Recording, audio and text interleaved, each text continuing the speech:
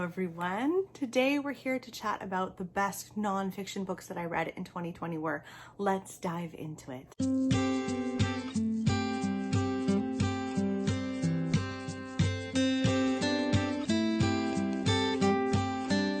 So I have 5 nonfiction books here that I want to share with you.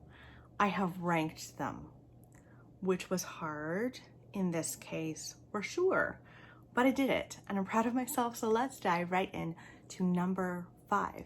Number 5 is A Promised Land by Barack Obama. I listened to this on audio and it's narrated by Barack Obama, which was wonderful. It was so lovely to hear his voice again. And what I found so interesting about this book was how raw it was. This follows his story, his experience leading up to the presidency, and he also includes the first term of his presidency. There is a second book coming, I believe. I don't know if it's 2021 or 2022, but that book I believe is going to follow his second term and after.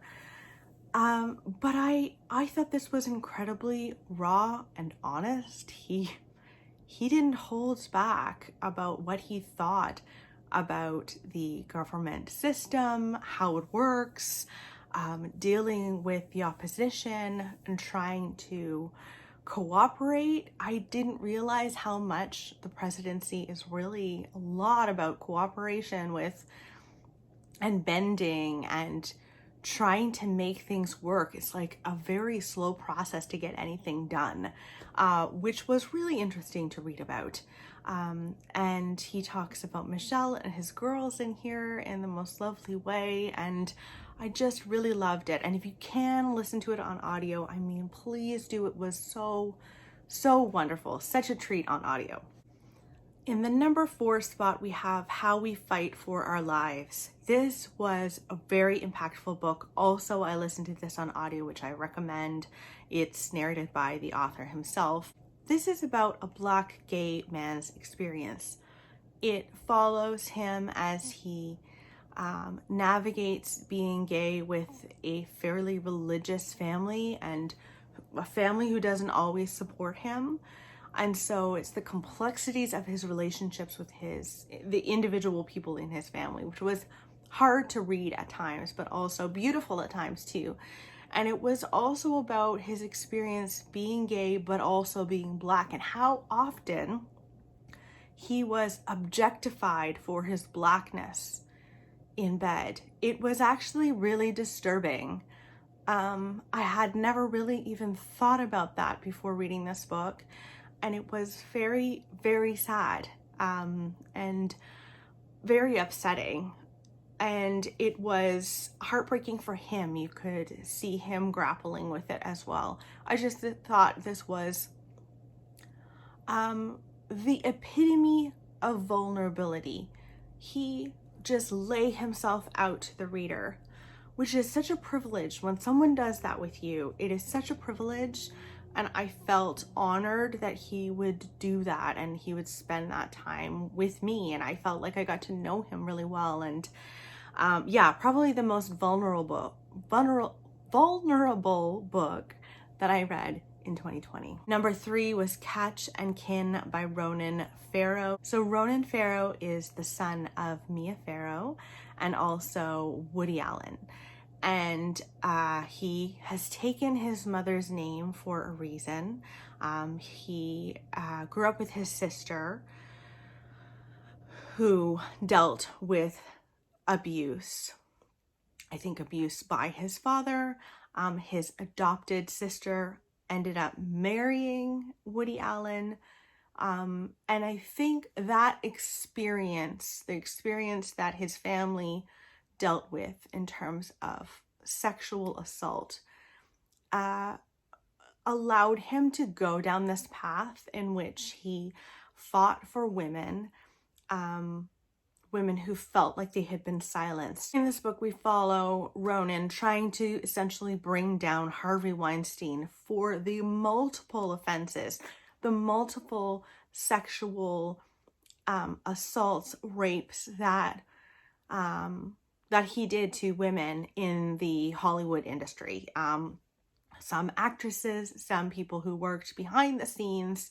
Harvey Weinstein was a real predator, and Ronan really helped to bring him down. And it was shocking how actually terrifying it was, because Harvey Weinstein not only sought power in bed, but he also sought power outside of that. And he had people follow Ronan.